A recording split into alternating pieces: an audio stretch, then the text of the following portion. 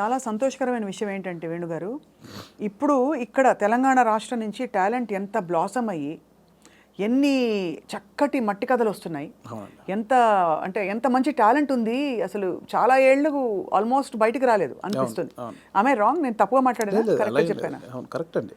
ఇప్పుడిప్పుడు బయటికి రావడం, కట్టలు తెంచుకుని ఒక్కొక్కళ్ళు అంటే ఇక్కడ ఈ గడ్డ మీద ఉండే ఆలోచన ఏంటది ధాటి అంటారు చూడండి. ఆ కన్విక్షన్ అది చాలా గొప్పదండి. అంటే అంటే మట్టి నుంచి పుట్టిన కథలు కదా. అంతే అండి. అంటే ఇంతకుముందు ఇక్కడ ప్రాంతం వరకు ఏంటంటే కొంచెం చదువు లేక ఆకలి చావులు ఇక్కడ వరకే ఉంది. బట్ అక్కడ సృజనాత్మకత కూడా ఉంది. చాలా ఉంది. అంటే ఇటువైపు ఎన్ని కథలు ఉన్నాయి, అటువైపు ఎన్ని కథలు. ఎక్కడైనా మనుషులు ఉన్న చోట చాలా కథలు ఉంటాయి. అవును. సో ఇక్కడ కథలు కూడా ఇప్పుడు వస్తున్నాయి. అందుకే ఇప్పుడు అంటే ఎట్ ప్రజెంట్ నా మూడంతా ఇక్కడే ఉందన్నమాట. నా జర్నీలో నేను చాలా కథలు చూశాను. అందులో ఒకటి బలగం. సో ఇంకా చాలా కథలు చూశాను. అవును. సో అవన్నీ చెప్పొచ్చు, దాన్నే కమర్షియల్గా చెప్పొచ్చు. ఇప్పుడైతే మరి మీ రెండో సినిమా వివరాలు అడగచ్చా? ఇంకా సూనా? సూన్ అండి, సూన్ డెఫినెట్లీ. అంటే అఫీషియల్గా నా ప్రొడక్షన్ నుంచి వచ్చినప్పుడు అడిగితే బెటర్. నో డెఫినెట్గా. కానీ అందరికీ క్యూరియాసిటీ ఏంటంటే బలగం తీసిన తర్వాత మీరు చాలా జాగ్రత్త పడాలి. ఇంకా రెండో సినిమాకి అదే స్థాయిలో మెప్పించాలి, ఇంకా ఎక్కువ మెప్పించాలి వీలైతే. మరి ఏంటి మీ ఆలోచనలు దాని మీద? ఉందండి, కథ అయిపోయింది, ఆల్మోస్ట్ కథ అయిపోయింది. ఇంకా అఫీషియల్గా అనౌన్స్ చేస్తాం త్వరలో. మళ్ళీ డెఫినెట్లీ నన్ను ఎవరైతే ప్రేమించారో, ఆశీర్వదించారో వాళ్ళని ఒప్పిస్తానని నమ్మకం అవుతుంది. నా కథ అయితే ఇప్పటివరకు అయితే ఖచ్చితంగా ఒప్పిస్తానని నమ్మకం అవుతుంది. అంతకుముందు కామెడీ యాక్టర్గా జబర్దస్త్లో మీ జర్నీ ఎలా ఉండేది వేణుగారు? అది హ్యాపీ జర్నీ అండి, చాలా హ్యాపీ జర్నీ. నా లైఫ్లో అంటే జాలీగా ఉన్న రోజులు అవి. అంటే నేను 2004లో యాక్టర్ అయిన తర్వాత 2015 వరకు గాడ్ గ్రేస్ని అసలు వెనక్కి తిరిగి చూసుకోలేదండి. అంటే నేను డైలీ 4 షూటింగ్లు 5 షూటింగ్లు. అంటే ఈరోజు హైదరాబాద్లో ఉంటే సడన్గా మీరు వేణుగారు ఎక్కడున్నారంటే ఈరోజు ఇక్కడే ఉన్నానండి ఈవినింగ్ అంటాను.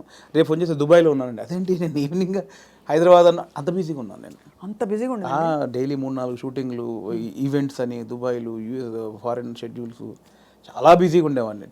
ఐ థింక్ 4 నుంచి 15-16 వరకు నేను వెనక్కి తిరిగి చూసుకోలేదు.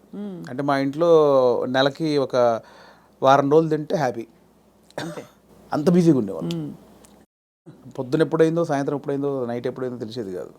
సో 15 తర్వాత కొంచెం జబర్దస్త్ నుంచి బయటకు వచ్చి అప్పుడు ఇంకేమైనా చేసుకోవాలని ఈ బలగం ఏదైతే దానికి ప్లానింగ్లో ఉన్నప్పుడు మాత్రం కొంచెం ఒక 3-4 ఇయర్స్ బాగా స్ట్రగుల్ అయ్యాను.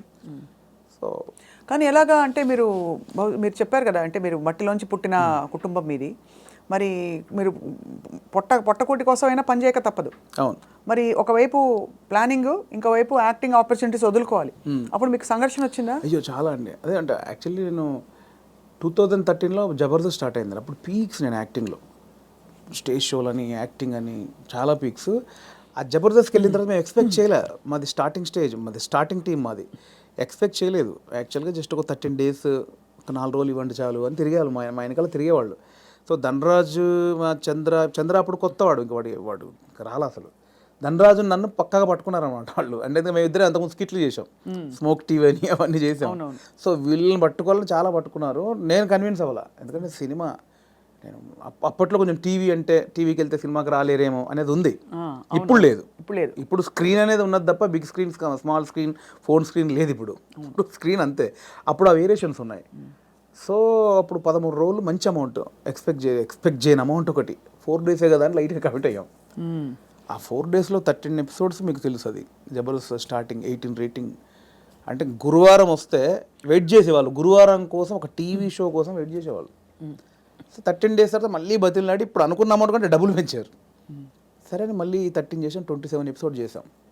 ఆ తర్వాత ఇంకా అది జబర్దస్త్ ఎట్లా అయిపోయిందంటే తెలుగు రాష్ట్రాల్లో గురువారం వస్తే ఏంటి అనేది. ఇప్పుడు స్కిట్లు రాయడం అది కూడా ఎలా జరిగేది? అది ఉండేది. సో అప్పుడు ఏంటంటే అప్పుడు ఇంకా ఇది మీకు తెలియట్లేదండి, ఇది చాలా అద్భుతం, మీకు ఎంత అంటే అంత ఇస్తాం, మీరు కంటిన్యూ చేయండి అన్నారు. అప్పుడు నేను ఏంటంటే నాకు సినిమా అనేది, నేను సినిమా కోసం వచ్చాను, ఇది చాలా బాగుంది, చాలా డబ్బులు ఇస్తున్నారు, ఇంటింటికి గడప గడప వెళ్ళాం, రీచ్ అయ్యాం, ఇంత డబ్బులు వస్తున్నాయి, అటు షోలు, రెమ్యునరేషన్ అన్నీ వస్తున్నాయి, కానీ నాకు సంబంధించింది పోతుంది. అవును, నేను సినిమా అనుకున్నాను, దీనికోసం రాలేదు, ఇటు పోతే నా సినిమాకు దూరం అవుతాను, దీని నుంచి బయటకు వచ్చాను. అబ్బా చాలా పెద్ద ఇదండి. మామూలుగా సెటిల్ అయిపోతాం మనం, పైసలు వస్తున్నాయి కదా ఎందుకు బై నీకు అందుకని బయటికి వెళ్ళాక 1.5 year తర్వాత ఇది రైజ్ అయిపోయింది. అంటే ఇంటర్నెట్ ఫ్రీ అయిపోయి ప్రతి ఒక్కరికి సెల్ ఫోన్ చేతిలోకి వచ్చేసి ఇది వైరల్ అయిపోయింది. అప్పుడు ఏమైంది, నేను జబర్దస్త్ కొన్ని చేశాను కాబట్టి సినిమాలో కొంచెం దూరం అయిపోయా. టీవీకి వెళ్ళడం వచ్చేసి అవును అవును అవును. ఇది వచ్చేసిందని నేను దాన్ని పక్కన పెట్టేసి సినిమాకి వచ్చేసరికి ఇది పక్కకు పెట్టేశారు. అరే ఇలా అయింది ఏంటి అని కసిలో మళ్ళీ ఒక 1 year చేసాం. అవును, మీరు తిరిగి వచ్చినప్పుడు అయితే వెల్కమ్గా తీసుకున్నారు మిమ్మల్ని, ఆబ్వియస్లీ తీసుకున్నారు. మళ్ళీ 1 year చేసిన తర్వాత అప్పుడు ఇంకా మైండ్లో డబ్బు అని మళ్ళీ ఇటు వెళ్ళినోని మళ్ళీ ఇటు వచ్చా, ఇక్కడ మళ్ళీ డబ్బు కోసం వచ్చా. బట్ లోపల మాత్రం ఇది కాదని నన్ను వేధిస్తుంది అనమాట. మళ్ళీ బయటకు వచ్చాను. ఆ మళ్ళీ బయటకు వచ్చిన తర్వాత 2015 మిడ్లో బయటకు వచ్చామండి. అప్పటి నుంచి అరాకొర అప్పటి నుంచి స్ట్రగుల్ స్టార్ట్ అయింది. ఆ 15 మిడ్లోంచి 2020 వరకు ఆ 4 years ఇటు లేక అటు లేక ఆ 4 years బాగా స్ట్రగుల్ అయ్యాను. అది ఇక మేజర్ నా కెరియర్లోనే వెరీ బ్యాడ్ పీరియడ్. అంటే తినడానికి ఉండడం వేరు, అది వేరు, బట్ మైండ్ బిజీగా ఉండడం మెయిన్ ఇంపార్టెంట్. అవును, మైండ్ బిజీ. మనం అసలు ఎటు వెళ్తున్నాం అని ఒక తెలుస్తుంది కదా లోపల. పొద్దున 6 గంటలకు వేస్తే స్టాఫ్ వచ్చారా, పొద్దున 12 గంటల వరకు ఈ షూటింగ్, మధ్యాహ్నం ఆ షూటింగ్, దుబాయ్, ఇటు ఆస్ట్రేలియా, ఇవి అన్నిట్లో ఈ స్కిట్ల బిజీ ఉంటుంది. ఇప్పుడు మీరు ఇందాక అడిగారు స్కిట్లు, మినిమం ఒక స్కిట్ రాయడానికి 2 రోజులు పట్టేదండి. ఎవరు రాస్తారు? నేను, నా టీం మెంబర్స్, ఎవరైనా ఒక రైటర్, అంటే మనకు సింక్లో ఉన్న మెయిన్ టీమ్ లీడర్ దగ్గరనే ఉంటుందండి. ఇంప్రూవ్ అని ఉంటుందండి యూఎస్లో, అంతా ఉంటుంది. ఇది 100% ఇంప్రూవేషనే స్క్రిప్ట్ అండి, స్క్రిప్ట్ రైటింగ్ ఏ ఉండదు. సో మీకు దానికి నేపథ్యం, మీరు థియేటర్కి వెళ్ళారా? థియేటర్ ఏం లేదండి, నాకు థియేటర్ ఎక్స్పీరియన్స్ లేదు, జస్ట్ మీరు చూసి నేర్చుకున్నారు అంతే. ఎందుకంటే మనం కూర్చున్నామండి, ఇప్పుడు పాయింట్ ఎట్లా వస్తే మనం కూర్చున్నాము, లేట్ అవుతుంది, ఈ లేట్ అయిన గ్యాప్లో ఏం చేద్దాం అని ఒక థాట్, ఏం చేయొచ్చు అని కూర్చొని మాట్లాడుకోవడం. అలా మాట్లాడుకుంటే ఏదో జోకులు వస్తూ ఉంటాయి. ఓ బంచ్ ఆఫ్ జోక్స్ వచ్చాక అసలు దీనికి ఏంటి కంటెంట్ ఏంటి, కథ ఏంటి, ఇలా వచ్చాడు, మిడ్లో గొడవ జరిగింది, లాస్ట్లో ఆ గొడవ పడి సారీ చెప్పాడు, స్టార్ట్, మిడ్, ఎండ్, ఏం చేయొచ్చు దీనికి, అలా కూర్చి స్కిట్ రాయడమే. అలా టీం అంతా రాయడం, ఆలోచన ఎక్కడైనా పాయింట్ వస్తుంటుంది.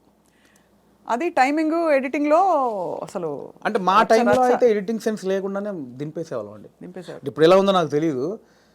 నా ధనరాజు కానీ, నేను కానీ, అప్పుడు రాఘవ్ గారు కానీ, చంద్ర కానీ, అంటే అప్పుడు ఇప్పుడంటే పాపం వాళ్ళు జబర్దస్త్ వాళ్ళకి ఇప్పుడు వాళ్ళకి ఏమైందంటే కొన్ని 1000 పాయింట్లు టచ్ చేశారండి. అవును, ఎన్ని స్కిట్లు అయి ఉంటాయి, కొన్ని 1000 స్కిట్లు అయి ఉంటాయి, 1000 పాయింట్లు టచ్ చేశారు. ఇంకేం చేయాలో అర్థం కాక వాళ్ళకి. అవును, అప్పుడు మేము కొత్త కాబట్టి మాకు అన్ని కొత్త ఆల్ పాయింట్స్. ఇప్పుడు అత్తా కోడళ్ళు 100 పాయింట్లు ఉంటాయి, అప్పుడు మాకు అవన్నీ కొత్త. ఇప్పుడు అత్తా కోడలు చేయమంటే ఏది చేసినా కూడా ఆల్రెడీ చేసినట్టే ఉంటుంది. సో అట్లా మాకు చాలా పాయింట్స్ దొరికేవి. ఇప్పుడు చంద్ర మొత్తం ఫ్యామిలీస్ మీదకి వెళ్ళిపోయాడు, నేను అన్నీ కొంచెం టిపికల్గా ఉండాలి, అరే నేను ఈ కొంచెం కొత్తగా ఏదో చేసేవాడిని, ధనరాజు ఇంకో, అట్లా ఎవరి కేటగిరీ వాళ్ళకు ఉండేది. సో అప్పుడు పోటాపోటీ బాగా చేసాము.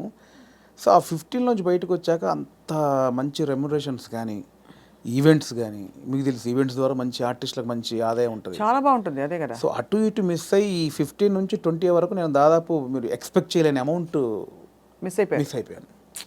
సో ఆ లోపల అది ఉంటుంది, అది బాధ అనమాట, తిండికి బాధ కాదు. అనవసరంగా దాంట్లోంచి బయటకు వచ్చావు, ఇప్పుడు ఇంత పోయింది, ఇప్పుడు ఇది లేదు అది లేదు. ఇప్పుడు మన బతుకులకి నువ్వు వచ్చిన నేపథ్యానికి అది చాలా పెద్ద అమౌంట్. దాన్ని మిస్ అయిపోయామే, తప్పు చేసామా, ఒప్పు చేసామా, అనవసరంగా సినిమా అని ఓ పెద్ద బిల్డప్ ఇచ్చుకొని బయటకు వచ్చావు, ఇక్కడ ఇది లేదు, అక్కడ అంతా సాలిడ్ అమౌంట్ మిస్ అయిపోయి ఏంట్రా తప్పు చేసావు అనే గిల్ట్ ఒకటి ఉంటుంది చూసారా, ఆ గిల్ట్ ఎక్కువ పోయాను అనమాట.